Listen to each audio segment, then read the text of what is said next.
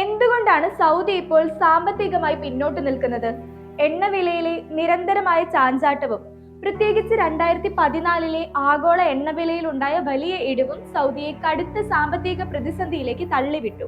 എണ്ണയെ മാത്രം ആശ്രയിച്ചുള്ള ഈ സമ്പദ് വ്യവസ്ഥയുടെ അപകട അവസ്ഥ തിരിച്ചറിഞ്ഞതോടെ വിഷൻ 2030 എന്ന വിപ്ലവകരമായ സ്വപ്ന പദ്ധതിക്ക് രാജ്യം രൂപം നൽകുന്നത്. എണ്ണയെ ആശ്രയിക്കുന്നത് കുറച്ച് സാങ്കേതിക വിദ്യ, ടൂറിസം തുടങ്ങിയ മേഖലകളിൽ നിന്ന് പ്രതിവർഷം ട്രില്യൺ കണക്കിന് റിയാൽ വരുമാനം നേടി ഒരു ആഗോള നിക്ഷേപ വിനോദസഞ്ചാര ശക്തിയായി മാറുവാൻ സൗദിയെ സജ്ജമാക്കുക എന്നതായിരുന്നു ഈ കാഴ്ചപ്പാടിന്റെ അടിസ്ഥാന ലക്ഷ്യം.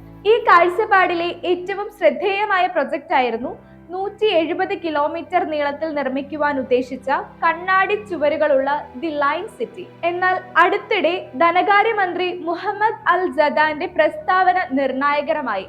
ചിലവേറിയ പദ്ധതികളുമായി ആത്മാഭിമാനത്തിന്റെ പേരിൽ മുൻപോട്ട് പോകുവാൻ കഴിയില്ല, അദ്ദേഹം വ്യക്തമാക്കി.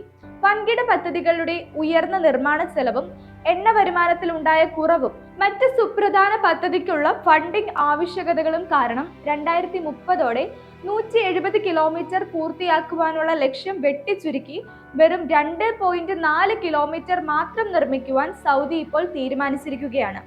എങ്കിലും ഈ പുനർക്രമീകരണം വിഷൻ 2030 ലക്ഷ്യത്തിൽ നിന്ന് പിന്നോട്ടു പോകുന്നതായി കണക്കാക്കാനാവില്ല. മറിച്ച് രാജ്യത്തിന്റെ പൊതുകടം നിയന്ത്രിക്കുവാനും റെഡ് സീ ഗ്ലോബൽ പോലുള്ള മറ്റ് സുപ്രധാന ടൂറിസം പദ്ധതികൾക്ക് കൂടുതൽ ഊന്നൽ നൽകുവാനുമുള്ള അൽ ജദാന്റെ നേതൃത്വത്തിലുള്ള തികച്ചും പ്രായോഗികമായ സാമ്പത്തിക തന്ത്രമാണിത്.